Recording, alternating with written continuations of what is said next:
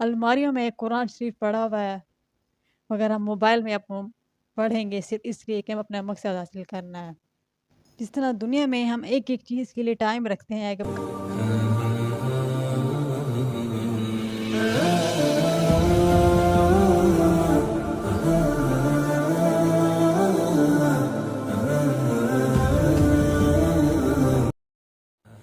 बिस्मिल्लाहिर्रहमानिर्रहीम अल्हम्दुलिल्लाहि रब्बिल आलमीन। सूरह रहमान पढ़ने से कौन-कौन सी बीमारियों का इलाज हो सकता है, ये किन-किन चीज़ों का फ़ायदा हम उठा सकते हैं। कमालात बताने से पहले मैं आप लोगों से चंद गुज़ारिशात करना चाहती हूँ कि हम दिनों के हिसाब से, महीनों के हिसाब से मुसलमान क्यों बनते जा रहे हैं। जब भी कोई अहम महीना आएगा, रमज़ान शरीफ आता है तो हम नमाज़ कुरान पढ़ना शुरू कर देते हैं। ईद आती है और ख़त्म।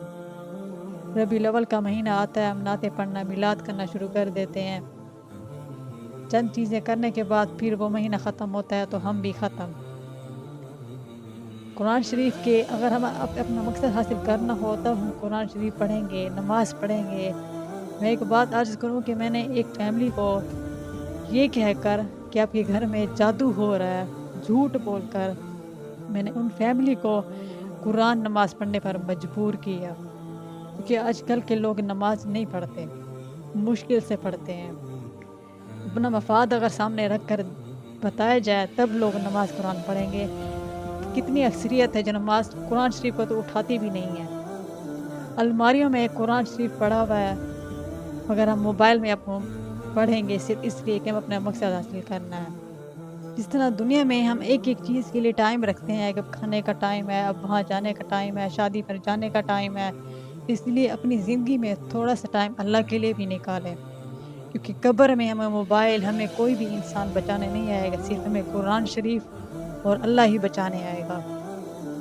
अब जहाँ तक बात सूरह रहमान की है, तो सूरह रहमान ही नहीं, हर सूरत और एक-एक आयत हमारे लिए फ़ायदेमंद है।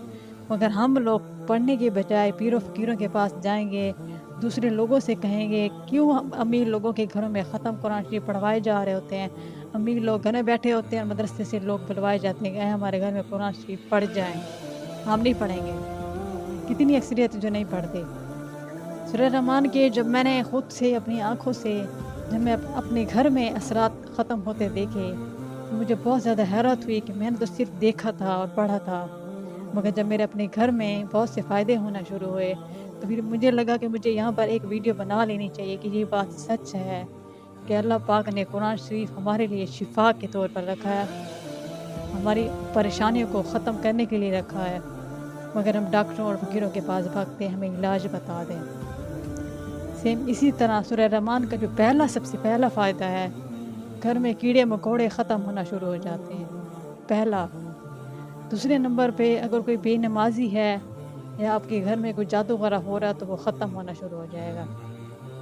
तीसरे नंबर पे सूरह रहमान के जो फ़वाइद हैं कि आपके घर में रिज़्क़ की जो मनहूसियत है वो ख़त्म होना शुरू हो जाएगी। कहते हैं ना कि हम जितना भी कारोबार करते हैं मुनाफ़ा क्यों नहीं होता, हम जॉब के लिए धक्के खाते हुए नज़र आते हैं, मगर हमें जॉब क्यों नहीं मिलती।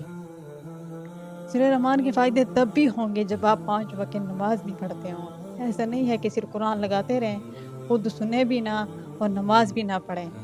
5 वक़्त की नमाज़ जब घर में पढ़ेंगे लोग, उसके बाद फ़जर की नमाज़ के बाद सूरह रहमान लगा कर रखें, फुल आवाज़ में, ऊँची आवाज़ में, ताकि पूरा घर सुने। मैंने अपने घर के साथ-साथ बाकी लोगों को भी बताया, उनके घर में भी सूरह रहमान से फ़ायदा होना शुरू हो जाता है।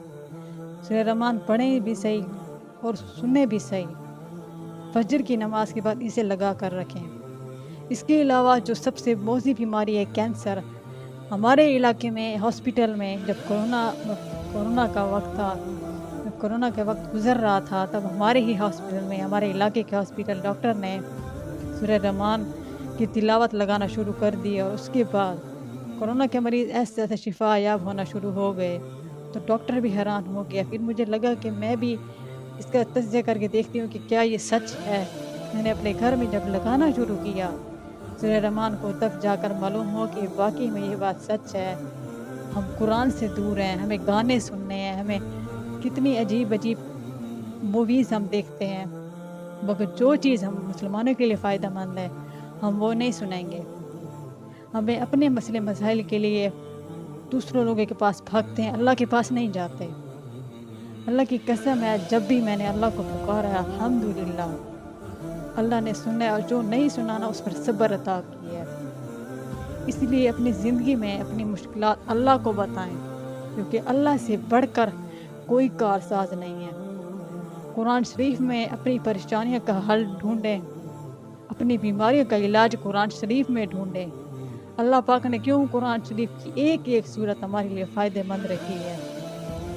मगर हम में से कितने लोग हैं जो डिप्रेशन में जा रहे हैं, हम में से कितने लोग हैं जो गुनाह पे गुनाह करते जा रहे हैं, उन्हें अफसोस भी नहीं है। आखिर में ये कहूँगी कि प्लीज़ अपने गुनाहों की माफ़ी हर वक़्त मांगा करें, मौत का कोई पता नहीं।